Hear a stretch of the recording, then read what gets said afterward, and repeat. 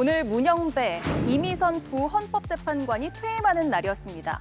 그래서 아침부터 헌법재판소에는 취재진이 모였는데요. 오늘 퇴임하시는 두 분께 하고 싶은 말 있으신가요? 수고 많으셨고 감사합니다.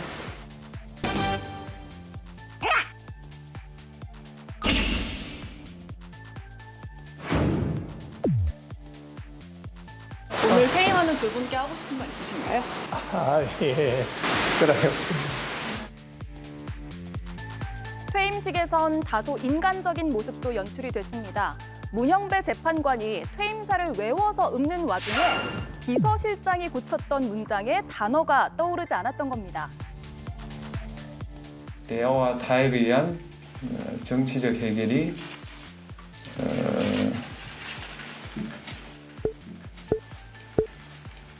무산됨으로써 이 부분이 비서실장이 고친 겁니다. 네, 그래도 5분 분량의 원고를 다 외웠다는 게 대단하다 이런 반응도 나왔는데요. 두 재판관은 퇴임사에서 뼈있는 한마디를 남기고 한 사람의 시민으로 돌아갔습니다. 헌법재판소 결정에 대해서 학술적인 비판은 당연히 허용되는 것이지만 대인 논쟁과 같은 그런 비난은 지양되어야 합니다. 국가기관은 헌법을 준수하여야 합니다. 이는 주권자인 국민의 명령이고 자유민주 국가가 존립하기 위한 전제입니다.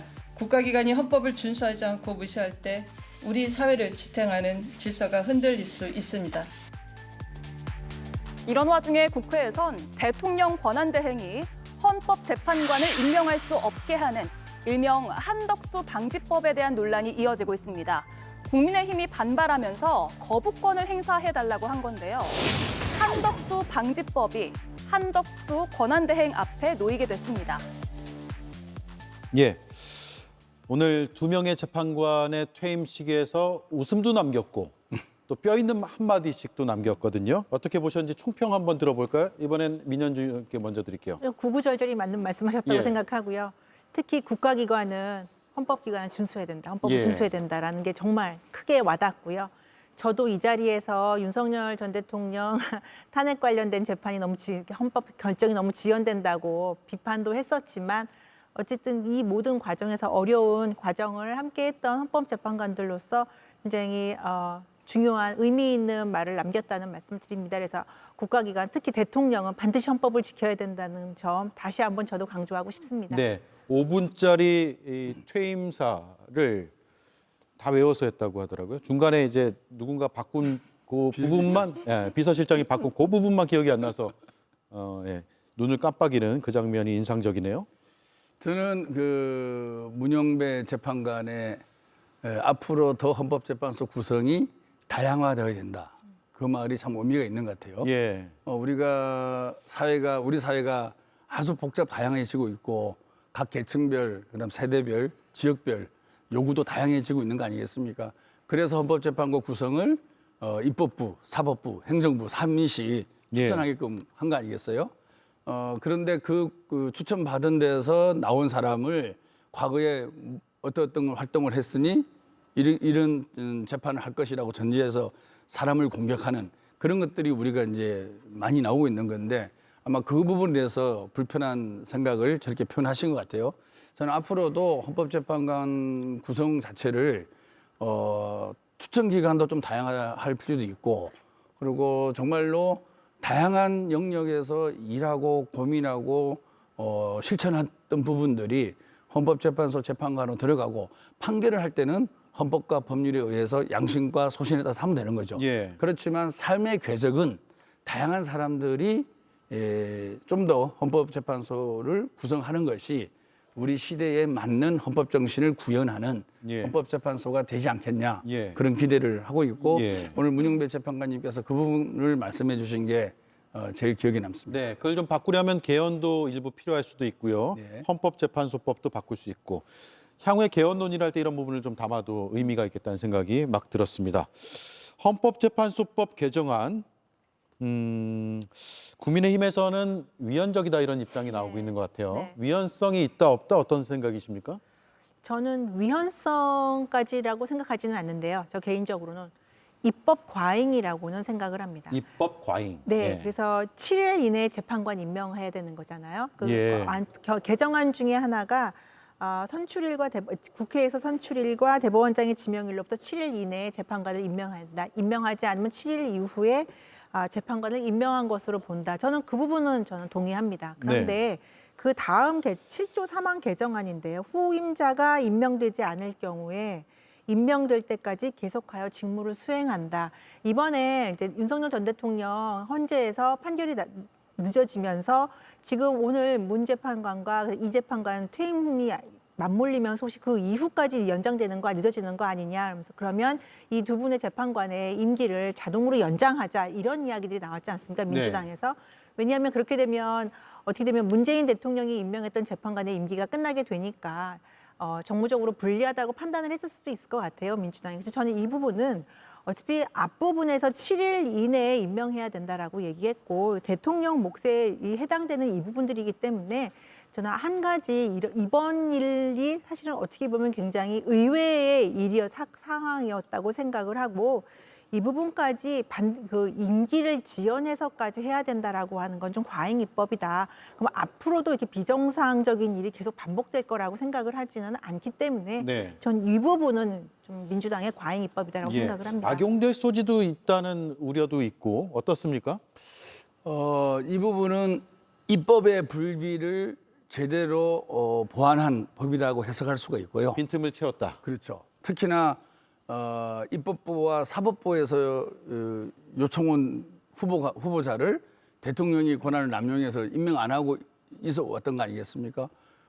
지금 헌법재판소 구성은 대법원장이나 국회에서 세 사람씩 추천이 돼 있고 그 추천한 사람을 대통령이 임명하는 거고 대통령은 본인이 3명을 임명하는 건데 본인이 3명 임명하는 권한을 벗어나서 입법부하고 사법부에서 요청 들어온 것도 지금 계속 임명을 안 한 거 아니겠습니까?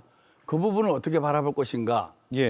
저는 이 법의 취지를 본다면 또 헌법재판소에서 그런 결정을 내렸죠. 당연히 입법부와 사법부에서 요청 들어오는 것은 대통령이 임명하는 절차에 불과한 것이죠. 근데 그 절차를 권한으로 해석해서 남용을 해왔던 거 아니겠습니까? 그건 당연히 입법의 불비였고 우리가 상식을 가진 이 정당과 이 국무위원 같으면 이런 법이 필요가 없는데 이걸 악용했기 때문에 반드시 이 법은 저는 고쳐야 된다. 그래서 다시 말해서 그동안 입법이 부족한 부분이었기 때문에 법으로 보완을 해야 된다 생각하고요. 두 번째도 저는 뭐 마찬가지 아니겠나 싶습니다.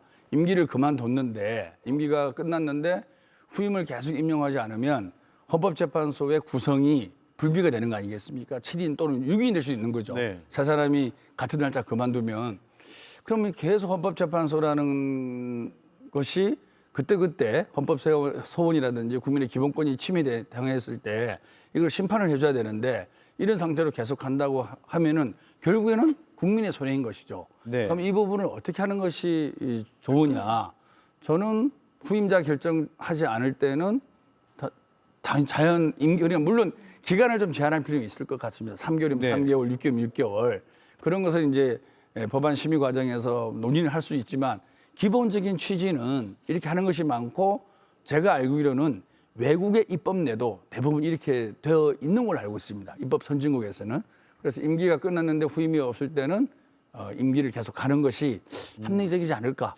혹시 외국 부작용이 있으면 좀 보완을 하면 되는 거 아니겠나. 그 부분 한번 또 찾아봐야 될 필요가 있겠네요.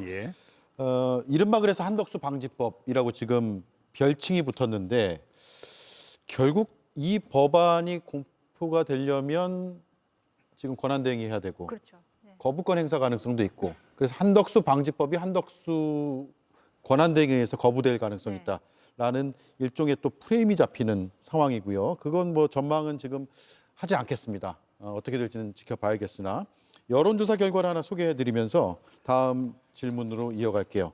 오늘 발표된 갤럽 이재명 38%, 홍준표 7%, 한덕수 7%, 김문수 7%, 한동훈 6%, 이준석 2%, 홍준표, 한덕수, 김문수 세 다 주자는 아니지만 두 주자와 주자가 될 수도 있는 권한대행이 7%가 똑같이 나왔습니다. 어떻게 할 것 같으세요? 앞으로 행보를? 국민의힘 일부에서 저는 납득하기 어려운 예. 이런 선거 전략을 짜는 것 같아요. 한덕수 권한대행을 지금 적극적으로 미는 일부 예. 국민의힘 의원들과 지지층이 있다고 얘기를 하는데요. 그래서 지난주에 같은 갤럽 조사에서 한덕수 권한대행이 2%밖에 안 나왔다가 일주일 만에 5%를 건너뛰었습니다. 네. 껑충 뛰었습니다. 그래서 김문수, 홍준표 후보와 나란히 7%고 뭐 한동훈 후보도 2% 올라서 6%로 나오긴 했는데요.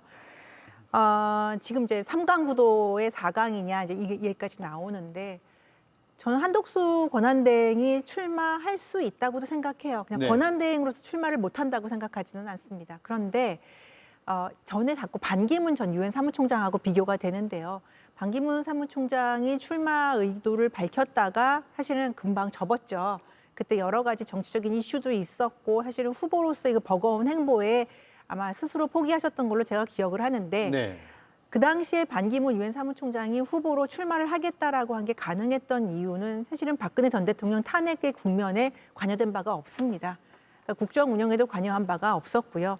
그런데 지금 한덕수 권한대행은 윤석열 전 대통령의 처음과 끝을 같이 한 국무총리예요. 그리고 이 계엄 사태 관련과 그 이후의 탄핵 과정에서도 굉장히 많은 국민적인 비판도 받았고 논란도 있었습니다. 네. 그리고 지금 대선 국면은 국민의힘이 윤석열 전 대통령의 실정과 이 계엄 관련된 사태에 반성하고 새로운 모습으로 거듭나야 되는 때인데 자꾸 윤석열 전 대통령의 모습을 상기시키는 윤석열 전 대통령의 실정을 자꾸 국민들에게 리마인드 시켜주는 이런 후보를 왜 저는 이렇게 지지하려고 하는지가 저는 상식적으로 납득이 안 됩니다. 네. 그래서 물론 김문수 후보, 홍준표 후보, 다른 분들도 윤석열 전 대통령 관련해서 많은 설화도 있었고 예. 비판점도 있지만 그래도 당에서 오래 정치를 한 분들이 그래도 정치 구력으로 그리고 대선 후보로서는 더 적합한 거 아닌가 제가 네. 굉장히 위험하지만 조심스러운 제 개인 의견을 밝혀보고요. 알겠습니다. 예. 네. 네. 시간이 이제 네. 다 돼가지고. 제가 근데 김병욱 의원의 의견은 궁금하고 네. 한 줄 평, 촌철살인 부탁드립니다. 제가 보기에는 윤석열 아바타지 않습니까? 한덕수 총리가.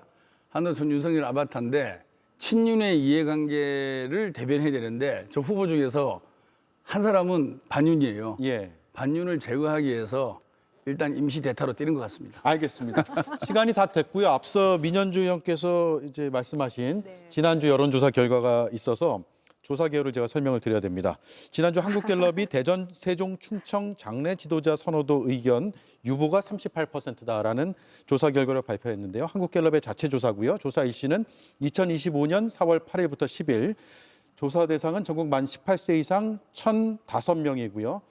조사 방법은 무선 전화, 가상번호 무작위 추출, 전화 조사원 인터뷰 100%로 이루어졌다는 점, 표본 오차는 95% 신뢰 수준의 플러스 마이너스 3.1%포인트, 자세한 사항은 중앙선거 여론조사 심의위원회 홈페이지를 참조하시면 되겠습니다. 고맙습니다. 예, 두 분 다음 주에 뵐게요. 감사합니다. 감사합니다.